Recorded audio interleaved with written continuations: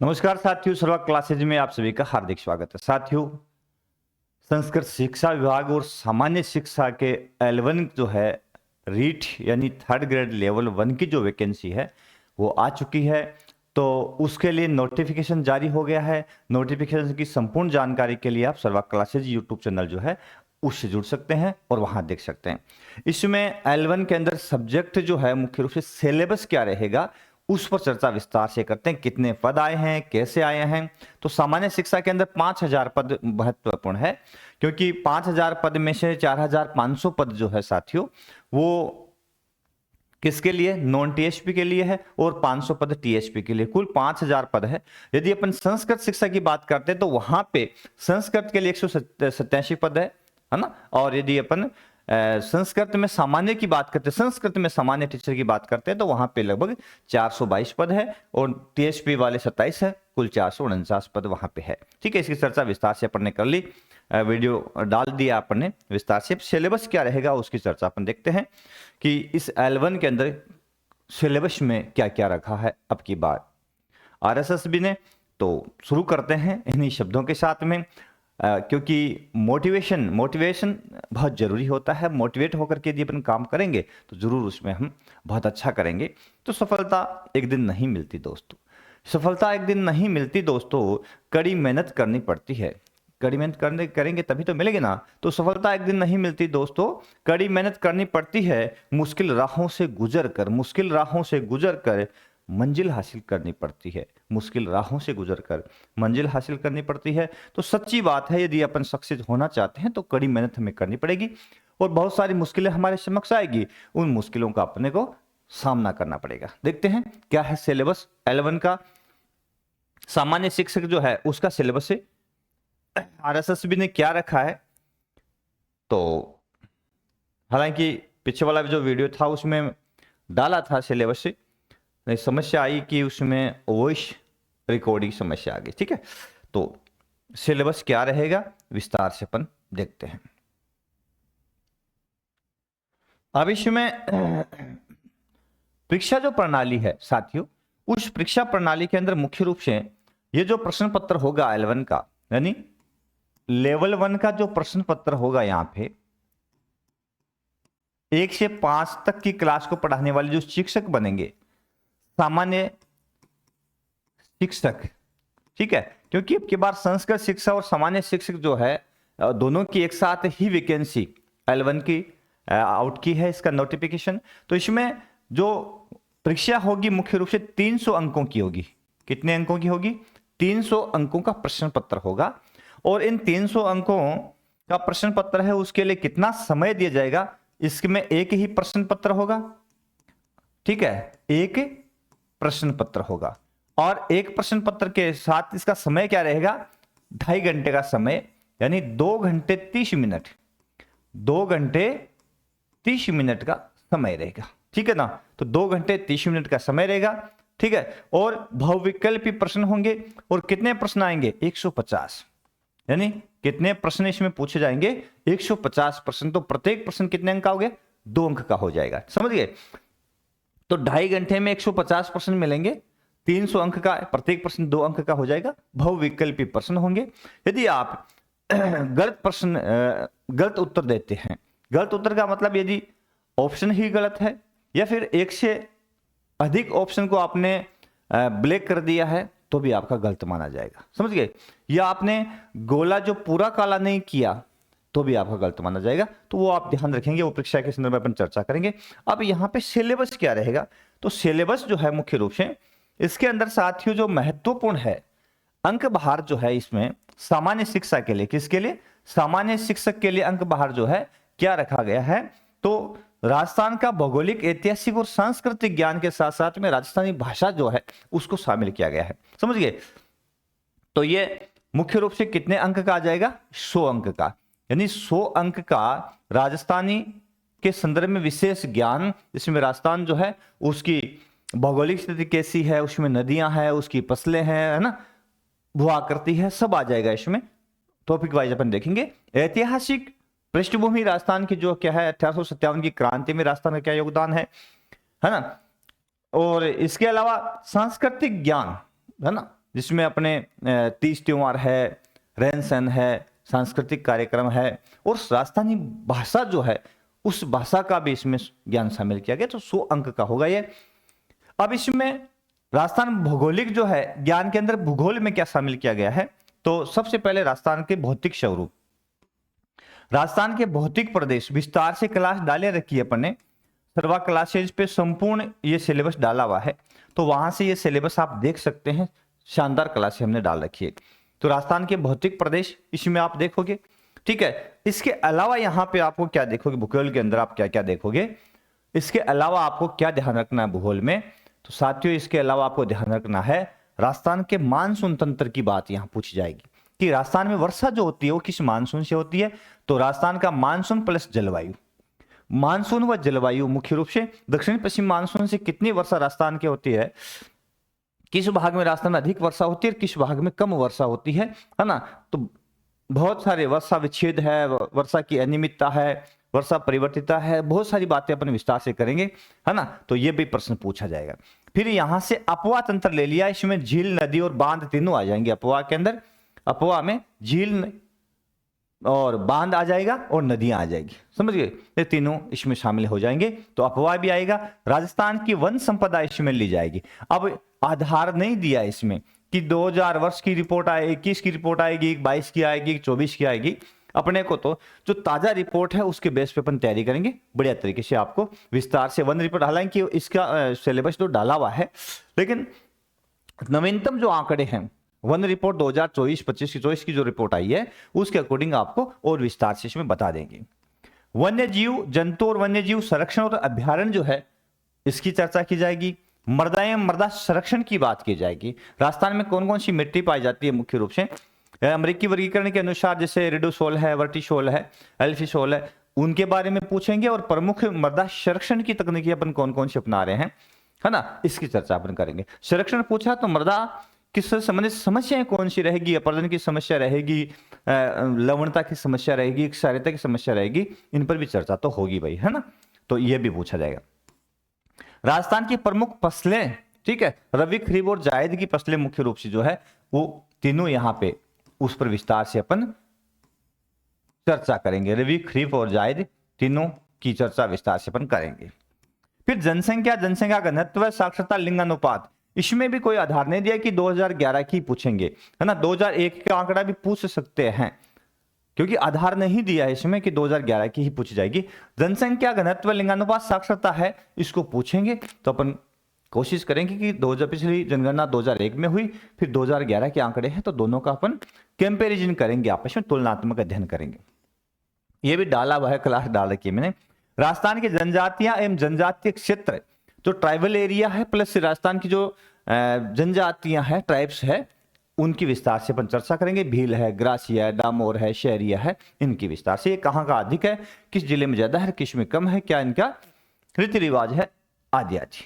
फिर खनिज पूछ लिया, धात्विक और अधात्विक खनिज, तो खनिजों में मेटेलिक और नॉन मेटेलिक है, विस्तार से क्लास जो है अपनी चल रही, इसके बारे में अपने जो PYQ सीरीज अपन ने यहाँ की शुरू कर रखी है, बहुत शानदार सीरीज है। इसमें आप यदि एक क्लास पढ़ोगे तो जिस खनिज की बात करेंगे पूरा विस्तार से उस क्लास में आ जाएगा, तो आप जरूर देखना। फिर अगला है राजस्थान के ऊर्जा संसाधन, ठीक है। ऊर्जा संसाधन में परंपरागत ऊर्जा और गैर परंपरागत। अब परंपरागत वो ऊर्जा संसाधन होंगे जिसको सदा से अपन जिनका उपयोग करते चले आ रहे हैं, कोयला हो गया, पेट्रोलियम हो गया, खनिज तेल हो गया, प्राकृतिक गैस हो गई, ठीक है ना। तो ये परंपरागत ऊर्जा के सोर्सेज है, जल विद्युत हो गया।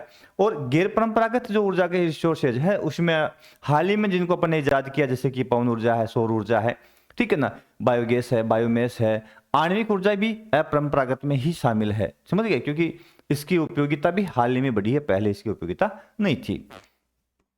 फिर अगला पूछेंगे राजस्थान के प्रमुख पर्यटक स्थल कौन कौन से हैं, राजस्थान में यातायात के साधन क्या है ना, स्थल, जल और परिवहन के बारे में विस्तार से पूछेंगे। तो ये टॉपिक राजस्थान की भूगोल के मुख्य रूप से रहने वाले हैं। तो सभी साथी विस्तार से भूगोल के लिए आप सर्वा क्लासेज के साथ जुड़ जाएं। यूट्यूब पे भी मैंने डाल रखे हैं शानदार, और क्लासें इसके लिए मैंने शुरू कर रखी है। डेली एक क्लास आती है, शाम को डेली क्लास डालते हैं, मॉर्निंग में 8 बजे या फिर शाम को 4 बजे, ये समय अपना रहता है।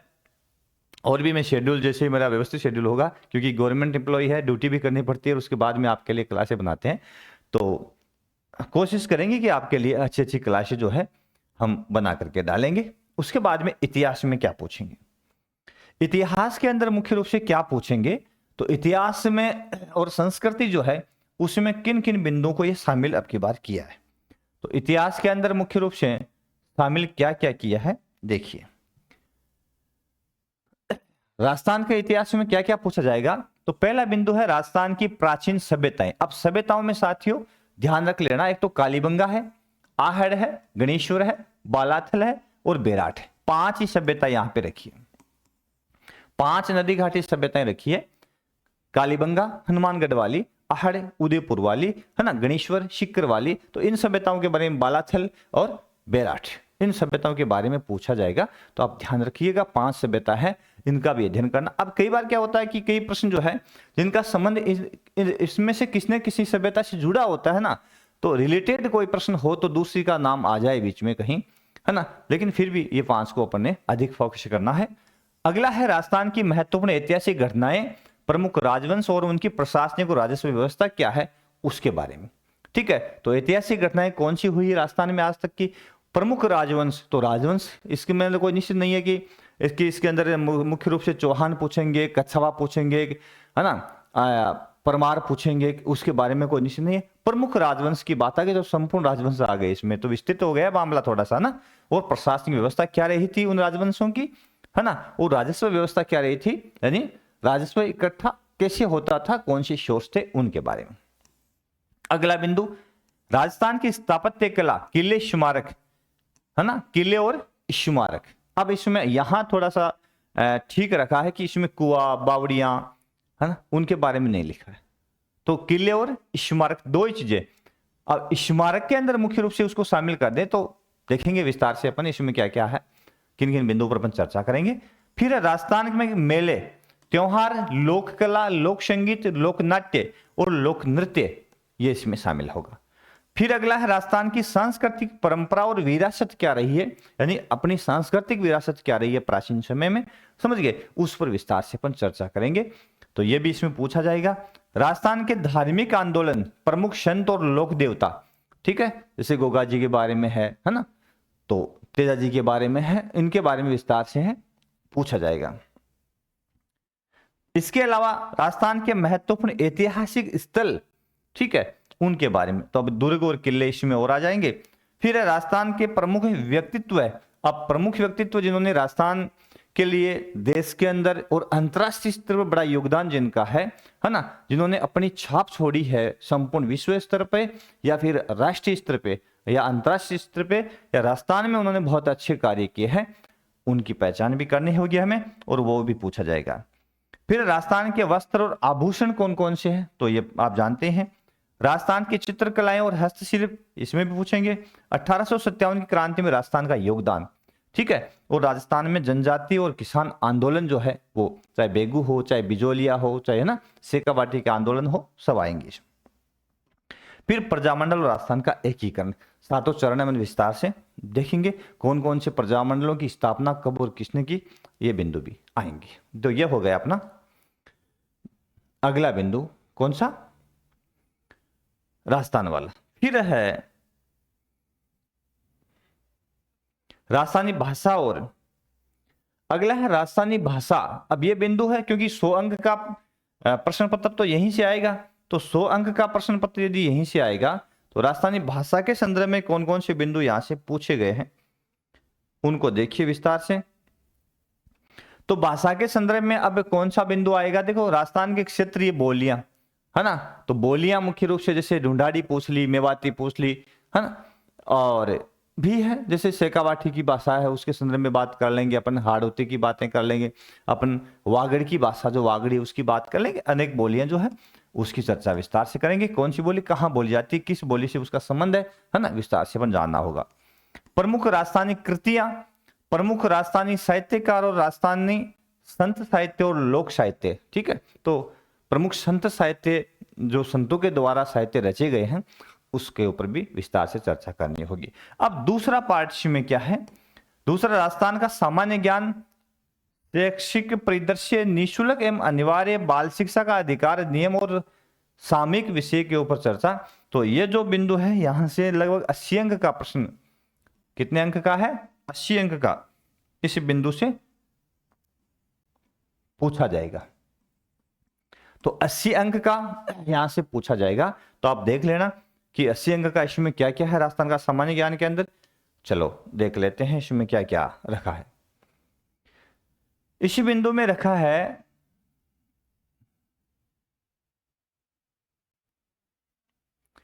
सामान्य ज्ञान के अंदर राजस्थान के प्रतीक चिन्ह, राजस्थान की राज्य सरकार की फ्लैगशिप योजनाएं, फ्लैगशिप योजनाएं जो सरकार ने जनता के लिए कौन कौन सी कल्याणकारी योजनाएं चला रखी है उसके बारे में। ठीक है, राजस्थान के प्रमुख अनुसंधान केंद्र, राजस्थान के प्रमुख धार्मिक स्थल, आगे ना यहाँ आ गया है इसमें, राजस्थान के प्रमुख खिलाड़ी, राजस्थान के प्रमुख नगर और स्थल, राजस्थान के प्रमुख उद्योग पूछ लिए इसमें, राजस्थान की राजनीतिक प्रशासनिक व्यवस्था और राजस्थान के जन कल्याणकारी योजनाएं जो सरकार द्वारा चलाई जा रही है। तो सभी आ गई इसके अंदर। तो बहुत बड़ा चैप्टर हो गया भैया ना, काफी लेंथी है कह सकते हैं सिलेबस को, फिर भी देखो आगे शैक्षिक परिदृश्य में। अब शैक्षिक परिदृश्य में शिक्षण अधिगम के नवाचार, यानी शिक्षण अधिगम जो है उसमें कौन सी चीजें नई जोड़ी गई, नवाचार क्या हो रहा है वर्तमान में राज्य सरकार में, केंद्र एवं राजस्थान सरकार की विद्यार्थी कल्याणकारी योजनाएं और पुरस्कार कौन सी चल रही है उसके बारे में। विद्यालय प्रबंध और संबंधित समितियां बनी है, चाहे एसएमसी हो चाहे एसडीएमसी हो, है ना, इससे संबंधित और अन्य समितियां बनती है और बनेगी, उसके ऊपर विस्तार से चर्चा करेंगे। राष्ट्रीय शिक्षा नीति 2020 जो हाल ही में केंद्र सरकार ने 2020 की शिक्षा नीति जो बनाई थी और जो मुख्य रूप से लगभग सभी राज्यों में इसको लागू कर दिया गया है। तो इस नीति के अनुसार शिक्षा में कौन से नवाचार होंगे उसके बारे में। फिर निःशुल्क और अनिवार्य बाल शिक्षा का अधिकार, तो इसके संदर्भ में 3 टॉपिक रहेंगे। निःशुल्क एवं अनिवार्य बाल शिक्षा का अधिकार अधिनियम 2009 का प्रावधान और क्रियान्विति, ठीक है ना, क्या इसमें प्रावधान है, कौन से अनुच्छेद है, समझ गए। इसके अलावा राजस्थान निःशुल्क अनिवार्य शिक्षा बाल शिक्षा का अधिकार नियम 2011, ठीक है, 2009 2011। फिर राजस्थान में के मान्यता प्राप्त निजी विद्यालयों में निःशुल्क प्रवेश जो होता है 25% जो प्रवेश बच्चों को मिलता है, ठीक है, तो उसके बारे में भी विस्तार से हमें जानना होगा, कौन से बच्चे इसमें पात्र है, क्यों पात्र है ना, कहां से फंड मिलता है ना, क्या शर्तें इसकी होती है, कौन सी अहर्ताएं हैं आदि आदि। फिर है सामयिक विषय, है ना, तरोताजा घटनाएं कह सकते हैं इनको। तो राजस्थान की समसामयिक घटनाएं, राज्य के अभिनय विकास योजनाएं और क्रियान्विति, अभिनव विकास योजनाएं मानना पढ़ना इसको ना, और अन्य समसामयिक विषय जो है उनके ऊपर विस्तार से अपने को ध्यान रखना होगा। फिर है विद्यालय विषय। अब विद्यालय विषय के अंदर मुख्य रूप से क्या क्या शामिल करेंगे यह ध्यान रखने होगा आपको। तो विद्यालय विषय के अंदर अलग अलग बिंदु है, उसमें अलग अलग बिंदु के अनुसार इसमें टॉपिक आएगा। विद्यालय विषय के अंदर सबसे पहले विद्यालय विषय के अंदर ले लिया हिंदी। हिंदी जो है 10 अंक की, इंग्लिश 10 अंक की, गणित 10 अंक की, विज्ञान 10 अंक की, 10 अंक की इनको शामिल किया गया है। तो हिंदी जो है 10 अंक की, उसमें क्या क्या आएगा, तो 10 अंक की हिंदी के अंदर शब्द भेद। अब शब्द भेद में संज्ञा, सर्वनाम, विशेषण, क्रिया, क्रिया विशेषण आदि आएंगे, ठीक है ना। संधि, समास, शब्द रूपांतरण, शब्द शुद्धि, मुहावरे और लोकोक्तियां, ये बिंदु पूछे जाएंगे, तो आप ध्यान से देखें। फिर इंग्लिश जो है वो भी 10 अंक की होगी, तो इसके अंदर आर्टिकल्स है, टेंस है, वॉइस है, नरेशन है ना, तो इनके बारे में विस्तार से पूछेंगे, है ना। फ्रेजल वर्ब है, वन वर्ड है, ठीक है, तो इनका विस्तार से आपको अध्ययन करना पड़ेगा, ये भी 10 अंक का आएगा। फिर मैथ्स जो है, गणित है, वो भी 10 अंक की है। अब गणित में मुख्य रूप से क्या पूछा गया है, तो वही बात गणित के अंदर है कि इसके अंदर क्या पूछा गया है। तो देखो गणित में वही बात है कि पूर्ण संख्याएं, अभाज्य एवं भाज्य संख्याएं, गणितीय मूल, संक्रियाएं, जोड़ बाकी, गुणा भाग, निम्न की अवधारणा, दशमलव संख्याएं, अभाज्य, गुणनखंड, लघुत्तम सीमा प्रत्यय और महत्तम सीमा प्रत्यय, है ना, जो अपन पढ़ते थे, लाभ हानि, सरल ब्याज, चक्रवृद्धि ब्याज, प्रतिशत, रेखा और कोण, समतलीय आकृतियों का परिमाप और क्षेत्रफल, ठोस आकृतियों, घन घनाभ, बेलन, शंकु और गोले। ठोस में घन घनाभ, बेलन, शंकु और गोला जो है इनका पृष्ठीय क्षेत्रफल और आयतन पूछा जाएगा, ठीक है। तो ये गणित के अंदर मुख्य रूप से 10 अंक का प्रश्न यहां से आएगा। फिर सामान्य विज्ञान जनरल साइंस है, वहां से 10 अंक का प्रश्न पूछे जाएंगे। तो क्या हो गए, अम्ल और क्षारक और लवण, अम्ल क्षारक लवण 3 चीज आ गई। तत्व यौगिक मिश्रण उनका, भौतिक और रासायनिक परिवर्तन, गति, ठीक है, और बल और गति के नियम क्या है, ठीक है, प्रकाश और कोशिका संरचना और प्रकार्य, जीवों में श्वसन, परिवहन और जंतुओं का जनन इसमें शामिल किया गया है। फिर अगला है सामाजिक अध्ययन। सामाजिक अध्ययन जो है उसके अंदर मुख्य रूप से क्या पूछेंगे, आप विस्तार से देख लेना कि इसके अंदर एक राजस्थान का परिचय, सामाजिक अध्ययन के राजस्थान के संदर्भ में लिया, देखो राजस्थान का परिचय लिया है, ठीक है, मुगल साम्राज्य, राजस्थान की अर्थव्यवस्था, है ना, पृथ्वी के प्रमुख स्थल रूप कौन कौन से हैं, पृथ्वी के प्रमुख स्थल रूप, पर्वत पठार मैदान, है ना, उनके बारे में, और भारत प्राकृतिक वनस्पति, वन्य जीव और वन्य जीव संरक्षण, राजस्थान की कृषि, भारतीय संविधान। अब देखो ये भारतीय संविधान इसमें शामिल किया गया है, समझ गए। तो इसमें सामाजिक अध्ययन के अंदर राजस्थान के टॉपिक के साथ साथ में भारतीय संविधान पूछा गया है, और पृथ्वी के स्थल रूप ये अलग पूछा गया है, ठीक है। फिर राजस्थान का संविधान के निर्माण में योगदान और राजस्थान में लोक प्रशासन, उसके बारे में, तो ये आप ध्यान देना। फिर देखो आगे अगले विषय आते हैं शैक्षणिक रीति और विज्ञान। शैक्षणिक रीति विज्ञान जो है इसके अंदर मुख्य रूप से क्या पूछेंगे।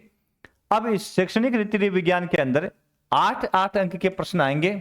इसमें हिंदी है, इंग्लिश है, गणित है, विज्ञान है ना, इनके 8 अंक के प्रश्न इनसे पूछेंगे। तो रीति विज्ञान में तो क्या आता है कि हिंदी भाषा की शिक्षण विधियां पूछ लेंगे, पढ़ना, बोलना, लिखना, सुनना, भाषाई कौशलों का विकास कैसे किया जाता है, भाषाई कौशल जो 4 है उसके, हिंदी भाषा में शिक्षण उपागम, हिंदी शिक्षण की चुनौतियां, हिंदी शिक्षण अधिगम, सहायक सामग्री उनका प्रयोग, ठीक है, हिंदी शिक्षण की मूल्यांकन विधियां और निदानात्मक और उपचारात्मक शिक्षण सेम ही है। यही 8 नंबर का इंग्लिश में यही टॉपिक रहेंगे, है ना। तो प्रिंसिपल ऑफ टीचिंग इंग्लिश है ना, communicative English and language of teaching, तो इसके बारे में आएगा, method of the teaching English, तो यही बिंदु सारे इसके अंदर शामिल हो जाएंगे, ठीक है। तो difficulties in learning English, role of home language, तो इसके बारे में पूछ लेंगे। इसके अलावा गणित के अंदर, तो गणित में भी यही चीजें पूछेंगे, गणित में कोई अलग नहीं है। इसमें भी 8 अंक का जो प्रश्न पत्र गणित का होगा, तो उसके में अंदर भी मुख्य रूप से यही पूछेंगे, गणित विषय की शिक्षण विधियां, गणित के शिक्षण के उपागम, समझ गए, मेथड्स यानी मैथ्स के संदर्भ में चुनौतियां कौन सी है, गणित शिक्षण, सहायक सामग्री और उनका उपयोग, है ना, और गणित शिक्षण की मूल्यांकन विधियां कौन सी है, और निदानात्मक और उपचारात्मक, ये बिंदु सेम है, सब्जेक्ट के अकॉर्डिंग आपको देखना पड़ेगा इसमें। और सामान्य विज्ञान में वही बात है, सामान्य शिक्षण विज्ञान की शिक्षण की विधियां है, विज्ञान शिक्षण के उपागम है, विज्ञान शिक्षण सहायक सामग्री है, विज्ञान शिक्षण मूल्यांकन विधियां है, निदानात्मक और उपचारात्मक शिक्षण, आ गई ना वही बात, सेम सी बात है। फिर सामाजिक अध्ययन, इसमें 8 अंक का हो गया। तो सामाजिक अध्ययन का की संकल्पना और उसकी प्रकृति, है ना, तो इसका मीनिंग क्या है, इसका स्कोप क्या है, उसके बारे में। फिर आ गया सामाजिक अध्ययन में शिक्षण अधिगम, सहायक सामग्री, सामाजिक अध्ययन में अध्यापन संबंधी समस्याएं, परियोजना कार्य, सामाजिक अध्ययन में मूल्यांकन और निदानात्मक और उपचारात्मक शिक्षण। अब ये बिंदु आगे सेम सी बात है ना, कोई ज्यादा सभी विषयों के लिए सेम है, लेकिन विधियां अलग अलग होगी, गणित मेथड अलग होगी, इंग्लिश की लैंग्वेज पढ़ाने की और हिंदी पढ़ाने की मेथड अलग होगी, तो ये आपको देखना पड़ेगा, है ना, उसके बारे में। फिर आता है शिक्षा मन, शैक्षणिक मनोविज्ञान, साइकोलॉजी जो मुख्य रूप से है, उसके अंदर 20 अंक का प्रश्न पत्र में भार होगा, अंक भार 20 अंक का, और यहां से 20 अंक में क्या क्या पूछेंगे यह आपको देखना पड़ेगा, ध्यान रखिएगा। शैक्षिक मनोविज्ञान में का अर्थ, क्षेत्र और कार्य, फिर बाल विकास, अर्थ, बाल विकास सिद्धांत एवं विकास को प्रभावित करने वाले कारक, बाल विकास क्योंकि 1 से 5 की बात आ गई ना, तो बाल विकास, उसके बाद में बाल विकास में वंशानुक्रम और वातावरण का प्रभाव, यानी कौन से जो चेंजेस आते हैं बच्चे के अंदर वो जेनेटिक आते हैं, या कौन से चेंजेस है जो इन्वायरमेंटली आते हैं, समझ गए, यानी समय के साथ बदलाव आते हैं, या उसको जो माहौल मिलता है एक क्षेत्र विशेष में, परिवार का है, अपने लाइफहुड के अंदर अपन देखते हैं पड़ोसी है, उसके फ्रेंड सर्किल है, उसका जो माहौल मिलता है उसके अकॉर्डिंग कौन से चेंज आते हैं। व्यक्तित्व है संकल्पना प्रकार व्यक्तित्व के प्रभावित करने वाले कारक और व्यक्तित्व मापन की विधियां। बुद्धि के बारे में संकल्पना विभिन्न बुद्धि सिद्धांत और मापन। अधिगम का अर्थ और अधिगम प्रभावित करने वाले प्रमुख कारक। ठीक है, अधिगम में विभिन्न सिद्धांत कौन कौन से हैं उसके बारे में, और अधिगम की विभिन्न प्रक्रियाएं इसके बारे में पूछेंगे। विविध अधिगमकर्ता के प्रकार, पिछड़े, विमंदित, प्रतिभाशाली, सृजनशील, विशेष आवश्यकता वाले विद्यार्थी, है ना, तो इनके बारे में कौन सी विधियां लगा करके हम इनको शिक्षण कार्य करवा सकते हैं, कैसे हम इनको अधिगम करवा सकते हैं, उसके बारे में विस्तार से हमें बताना पड़ेगा। पिछड़े बालक हो सकते हैं, विमंदित हो सकते हैं, मूक बधिर हो सकते हैं, बहरे हो सकते हैं, है ना, सुनने में दिक्कत है, बोलने में दिक्कत है। कई प्रतिभाशाली एक्स्ट्राऑर्डिनरी बच्चे होते हैं, जो मोर इंटेलिजेंट बच्चे होते हैं, तो उनके लिए क्या किया जाए, उनको कैसे शिक्षण करवाया जाए। कई सृजनशील होते हैं और कई विशेष आवश्यकता वाले विद्यार्थी होते हैं। हर तरह का बच्चा आएगा विद्यालय के अंदर, तो सबके बारे में आपको पता होना चाहिए। फिर अधिगम में आने वाली कठिनाइयां कौन सी रहेगी, फिर अभिप्रेरणा और अधिगम के अंदर इसका क्या प्रभाव रहेगा अभिप्रेरणा का, उसके बारे में, और फिर समायोजन की संकल्पना, तरीके और समायोजन में अध्यापक की क्या भूमिका है, रोल ऑफ टीचर, है ना, इन एडजस्टमेंट जो है उसके अंदर उसका क्या रोल है उसके बारे में।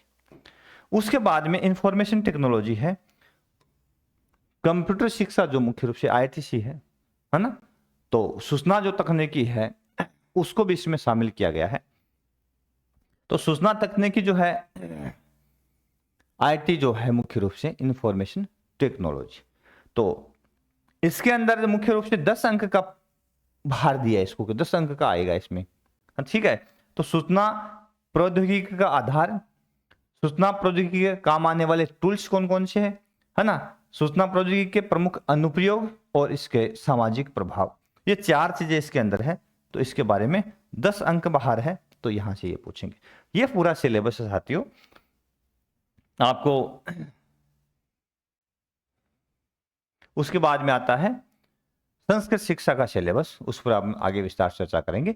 तो ये सिलेबस रहेगा किसका, रीट मेंस या 3rd ग्रेड लेवल 1 सामान्य शिक्षक का, समझ गए। एक तो शिक्षा विभाग की वैकेंसी है, एक सामान्य शिक्षा की विषय वैकेंसी है। तो सामान्य शिक्षा में जो 5000 पद है L1 के, उसके अंदर ये सिलेबस विस्तार से रहेगा। अब हम इसमें आपकी क्या सहायता करेंगे, तो संपूर्ण एक तो रीट के लिए हमने क्लास शुरू कर रखी है